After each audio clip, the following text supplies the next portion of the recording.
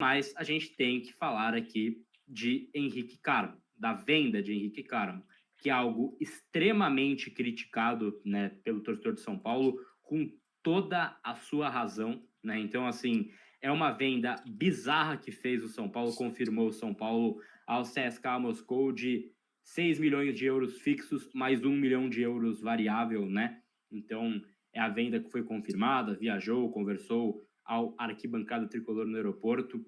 Surreal, eu falei hoje mais cedo que para mim é a pior venda da história do São Paulo, sem medo de errar. Assim, surreal, né?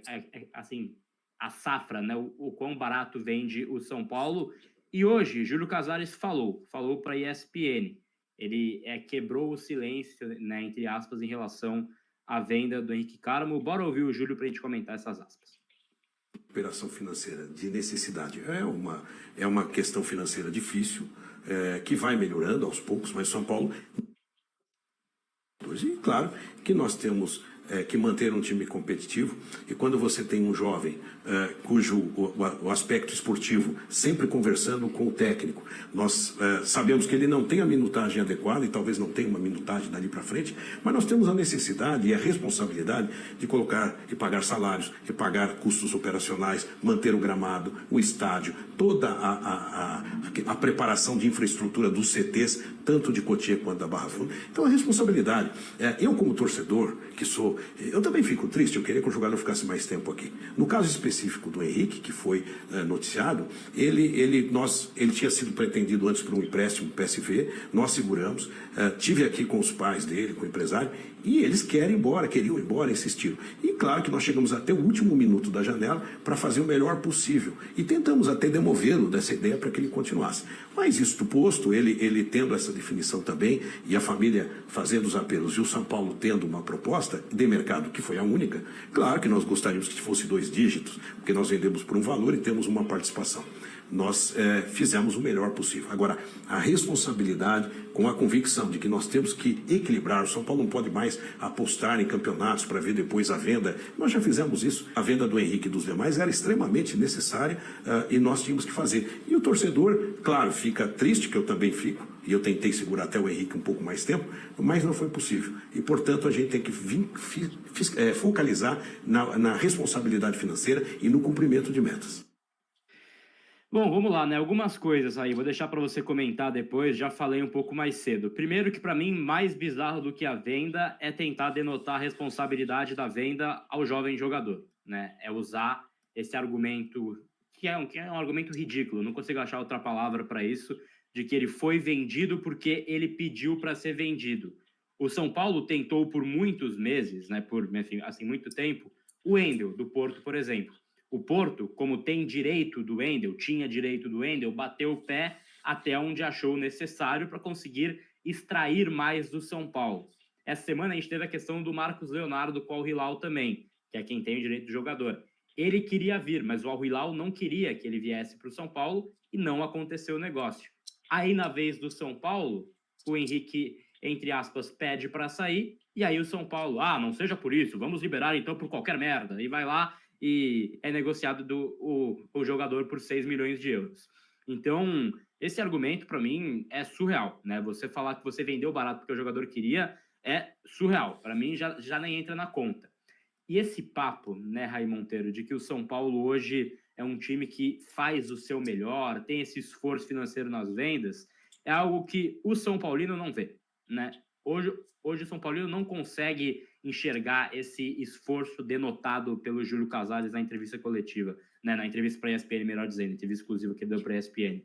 Então, é uma venda surreal, está sendo detonada com toda a razão na rede social. Queria um pouco da sua opinião da venda, né? Que você não esteve no ar conosco para falar ainda da venda, mas também dessa aspa do Júlio Casares, que aí, para mim, realmente...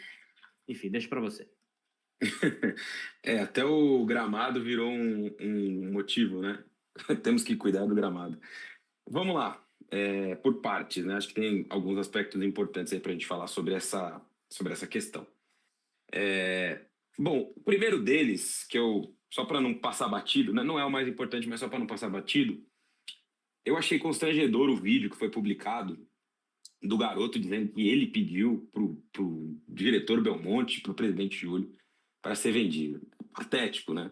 É uma coisa patética.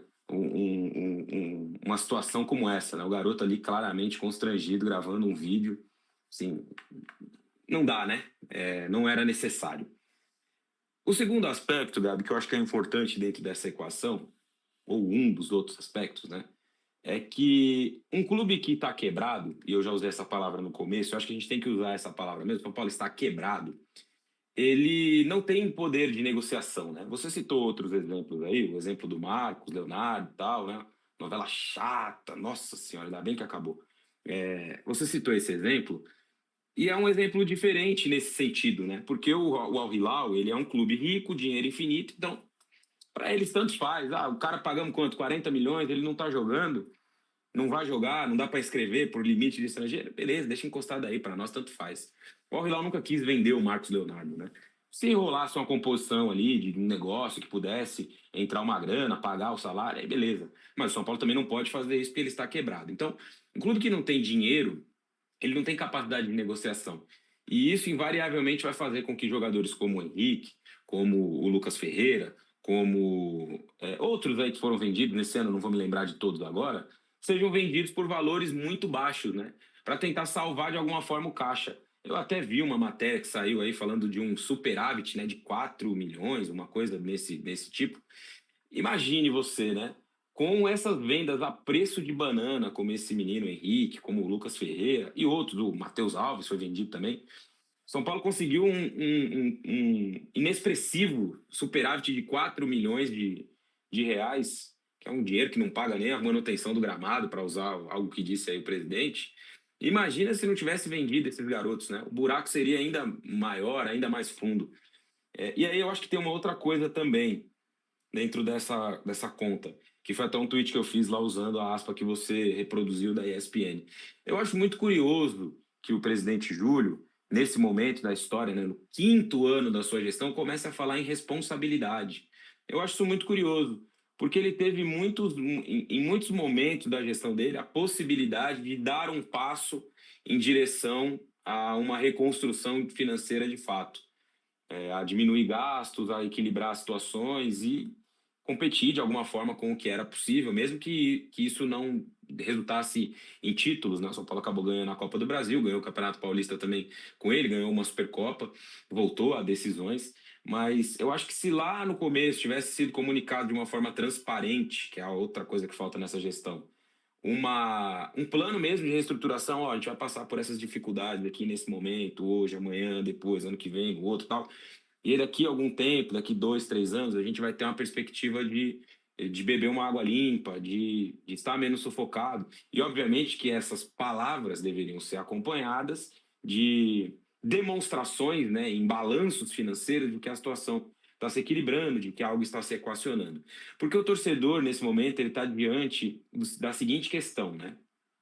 Ele vê o clube dele sem poder de investimento, sem poder de contratação, machuca outro, não tem grana para contratar. Falar em Aboubacar aí, né? Um negócio também não faz o menor sentido contratar um jogador que é quase um ex-jogador em atividade. Mas enfim, dessas coisas que aparecem aí na órbita do São Paulo. Então ele vê essa situação, aí ele vê os meninos da base indo embora, mas ele não vê no balanço do ano seguinte um resultado financeiro que justifique isso que está acontecendo. Não, o que a gente tem visto nos últimos anos é um gráfico, né, que ele vai só aumentando do ponto de vista da dívida. Ele vai só subindo. Então, assim, é um aspecto que me causa muita curiosidade, ver diante de todo esse esforço que tem sido feito, garotos vendidos a preço de banana ou a preço de maçãs, como ele mesmo falou na entrevista para você, né, que as pessoas não sabem o preço da banana, que seja outra fruta, então mangas. Hoje eu fui ao mercado e comprei mangas, por exemplo. Eu queria ver num próximo exercício financeiro um resultado, de fato, que mostre, pô, o sacrifício que foi feito ali para vender esses garotos, para não contratar um jogador, ele surtiu efeito. Só que eu acho que contrasta com isso, por exemplo, a contratação do Oscar no começo do ano. Ah, o Oscar veio livre, né? O valor de não veio pago pelo passe do jogador. Mas o Oscar custa mais de 2 milhões de reais por mês. Ah, mas uma parte do salário dele é pago pela patrocinadora durante 2 dos 3 anos de contrato dele. E no primeiro ano de contrato ele praticamente não jogou. É claro que não é culpa do jogador, ele se machucou, não tô aqui fazendo uma relação exatamente nesse sentido, né?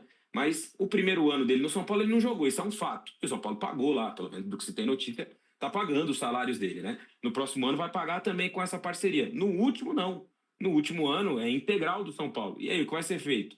São Paulo tem condições de pagar um salário de mais de 2 milhões de reais, ou de 2 milhões de reais por mês que seja, para um jogador que daqui a 2 anos, no seu último de contrato, vai ter 35 ou 36?